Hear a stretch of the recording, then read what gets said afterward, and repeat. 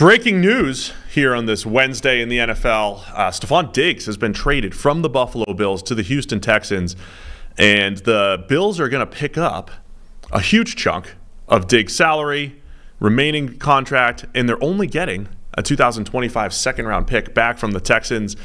Sam, your initial thoughts on Diggs to the Texans?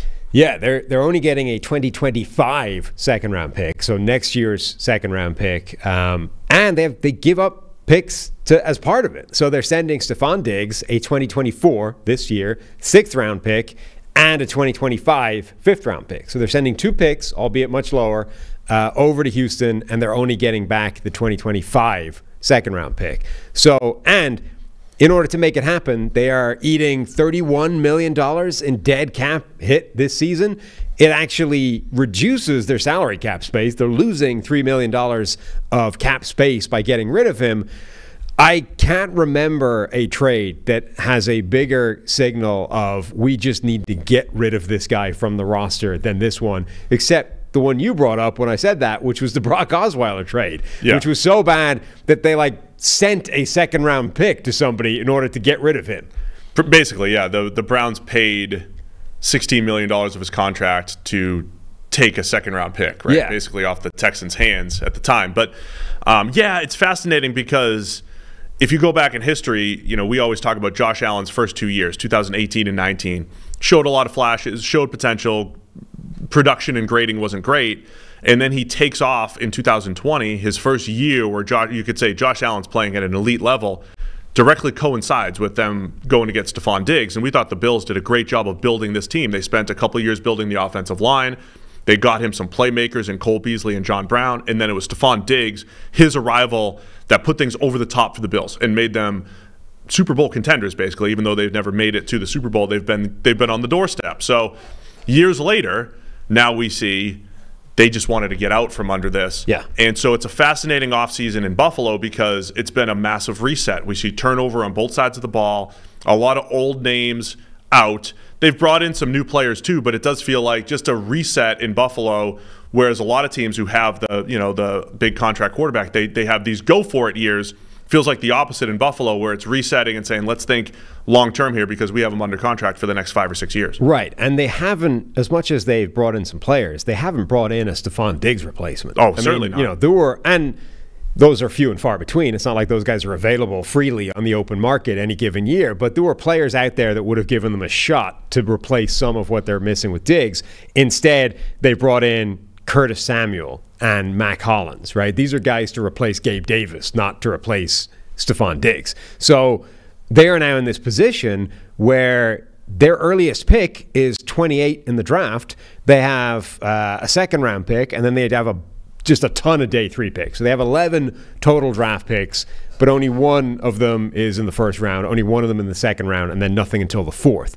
So they're in a tough spot. This does not look like a planned obsolescence of Stefon Diggs on the roster. And if you look at his statistical profile, there is no real reason to believe that it would have been, right? People are saying that the Bills fans, the people that want to paint the positive spin on this, are going to look at this and say, Diggs is 30 years old, he's declining, it's the time to get out, right? It makes sense. We're going to move on, we're going to go in a different direction, we're going to get younger, we're going to get cheaper, we're going to do what the Vikings did. We'll trade him away and then we'll draft Justin Jefferson in the first round and we'll be better. Okay. Yes, last season was a relative down year for Stefon Diggs. It did, however, still average 2 yards per route run, which is a big number. He had 1,183 yards in just the regular season, 8 touchdowns, a PFF grade of 81. These are good numbers. Now, they're down on the year before, but the year before was a career year for him, where the grade was 90. He had 1,400 yards, he had 11 touchdowns, and it was 2.5 yards per route run. But we're 1 year removed from him looking as close to almost the best wide receiver in the NFL. It would be wildly rash to, on the back of 1 year where it's slightly down from that, to say, he's done. It's time to get rid of him. I mean, I've also heard comparisons to what the Chiefs did with Tyreek Hill. The obvious difference there is that Tyreek Hill was a coveted commodity. Yeah. And the Chiefs essentially got 5 players for him, right, of which they used first-round draft picks to reshape their defense which the defense was one of the best in the league, didn't give up more than 27 points in any game last year, and they won a Super Bowl. Right. So that's how the Tyreek Hill trade went. This, as you said, was really to offload Stefon Diggs. So it does feel like whatever tension there was over the last couple of years between Diggs, Josh Allen, the organization, what have you, the Bills decided, hey, it's best to move on at this point, and pretty much only getting that 2025 second-round pick. Yeah, I mean, people had sort of – so the obvious elephant in the room with the Stefon Diggs thing is that basically throughout his entire NFL career, he is agitated.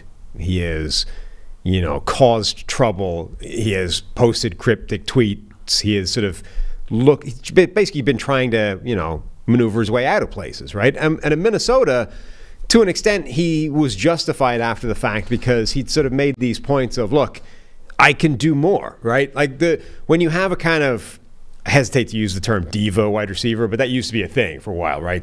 T.O. and Randy Moss, and there was a run of these guys that were all called divas. And at the time, there was always the debate of how much is that guy just being a selfish receiver, and how much does he genuinely think the best way of helping the team win is for him to have 50 more targets in a season? So that was the question with Diggs. Like, to what extent is he just wanting more for himself in Minnesota, and how much does he think that, dude, if you give me 50 more targets in a season, we'll be a better offense? And that was the thing. So he gets out of Minnesota, who was never going to give him that kind of thing. The Vikings trade him to Buffalo for the first-round pick, and immediately his production jumps through the roof, and Buffalo's a Super Bowl contender. So with hindsight, you can look at that and say, Diggs was right. I mean, he wanted to be a bigger part of that offense. He wanted to show them that if they gave him more, he would be a more impactful player. And it was kind of justified. But then quite early on in the Buffalo tenure, there were weird tweets and weird comments from Diggs. And you're like, okay, the grass isn't always greener. Like, we're not going to get much better than this. And there isn't many more targets to go around. Like, you can't get 250 targets in a season. So if you want out from this situation, I mean, I don't know where you're going. Now, obviously, he's going to Houston. But, we are now looking at a guy who is sort of significant, who has consistently agitated himself for these moves. So I want to talk about Houston right now, but like high level from a Buffalo perspective, it does feel like a reset year. I don't think that means they're going to be bad. I think they're still competitive. They're going to just get younger, and it's okay in the NFL. This has happened historically in the NFL to lose big names, simply get younger and still be competitive, and they'll always be competitive because Josh Allen is under center, and even though we haven't seen him have those MVP caliber seasons without Stefon Diggs on the roster, I think he's there, right? I mean, he's there as a top 2 or 3 quarterback in the NFL. I think Buffalo's going to be fine from the are they competitive perspective, but they're coming from this world of like every added piece felt like, is this the one that's going to get them over the Super Bowl? This might be that step back season to reset and make sure that you're really competitive for all the rest of the Josh Allen contract. Another trade I've seen people float as, well, how is it any different from this? Somebody brought up the Julio Jones trade when Atlanta moved on from him, traded him to Tennessee, right? Julio Jones was traded along with a 6th-round pick in the following draft, so the equivalent of the 2025 draft this time around, for a 2nd-round pick this year, right, that year, so the equivalent of this year's second, not next year's, and a 4th-round pick in the following what would be the 2025 draft this year, right? So number one, the Falcons got more for Julio Jones than the Bills did. Number two, it wasn't as painful for them in the contract terms in terms of dead cap space, etc.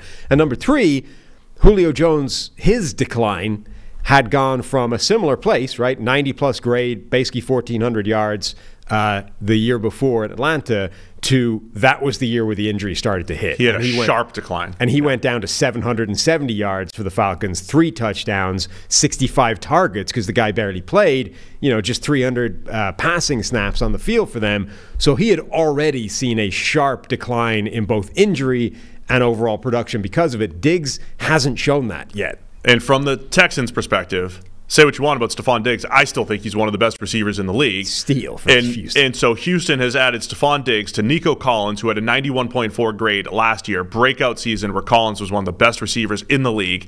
Tank Dell, who everyone on the PFF NFL podcast absolutely loves, had an outstanding rookie season before he got hurt. He's your slot receiver who's tough to cover. That trio could be the best in the league, plus Dalton Schultz at tight end, who always seems to have a nice trio of receivers around him. 4 legitimate targets. They had Joe Mixon at running back, all for C.J. Stroud, coming off one of the better rookie quarterback seasons in recent history, maybe in history.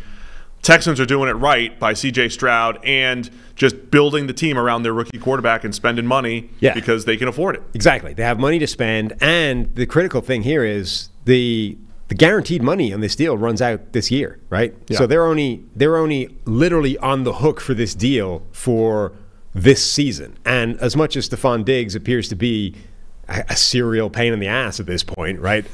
It doesn't matter. He's going to play well for 1 year. And then even if at the end of this year he's like, all right, I'm going to do it again, don't care. Can get rid of him at that point. It's a massive buy low, right? Because the Bills are taking all the salary. The thing you would want, from a Texans perspective, the thing you would want to comp it to, not equating the players, but the New England Patriots back in 2007 spent a 4th-round pick for Randy Moss. And Randy Moss was coming off of 2 disgruntled seasons with the Raiders, but he was still Randy Moss. He was still really talented. I think Diggs is still really talented. He's not Randy Moss. But it is a buy low for the Texans where, look, even if he doesn't do much, they already had a good receiving core with Nico Collins and Tank Dell. Now you add Diggs, and now I believe the Texans have the chance to continue to rise up the ranks of the AFC and be that team to compete with the Chiefs to go to the Super Bowl. He'll probably be there for 2 years, but if it's an absolute catastrophe, he'll be there for a year. And the chances are he'll play well during that year because he has a point to prove, and because why wouldn't he? He's still playing at a high level. And even if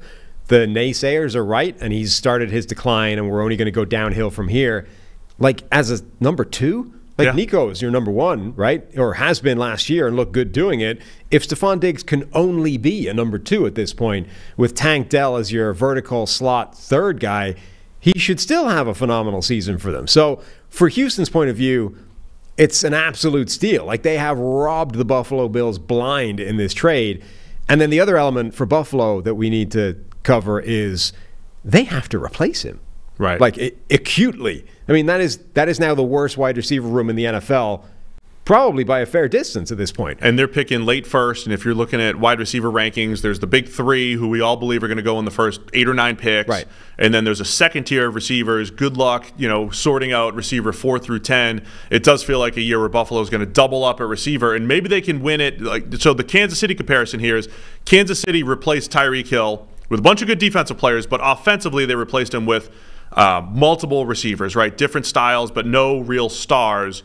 Buffalo almost certainly has to go down that path of volume replacement, including Dalton Kincaid, last year's first-round tight end. Yeah, Buffalo has 11 draft picks. They should use 3 or more of them on receivers this year. Especially including the first one. In this class with its depth. Right. And you could find 2 good ones. You could find 2 really good ones in this draft. But so more it to might the point, not be horrible. Absolutely. But more to the point, you need one. Like, one of those guys has to be good. You can't afford to just spend number 28 on a receiver and hope you get it right. Like, that guy, one of your receivers this year that you bring in has got to be able to make an impact. They don't have to be Stefon Diggs, expecting them to do the Vikings trick and replace Stefon Diggs with Justin Jefferson or whoever this year's Justin Jefferson is in the draft. It's unrealistic, right? But they need to come out with a viable receiver. They can't just go, like, if you spend number 28 and they pick, I'm going to use Keon Coleman just for a boom or bust type of receiver.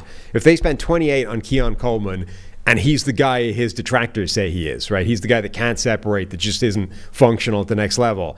And that was all they did. So now you have now you have a receiver room that's Khalil Shakir, Andy Isabella, Matt Collins, Curtis Samuel, KJ Hamler, and a Keon Coleman that looks like Jonathan Mingo last year.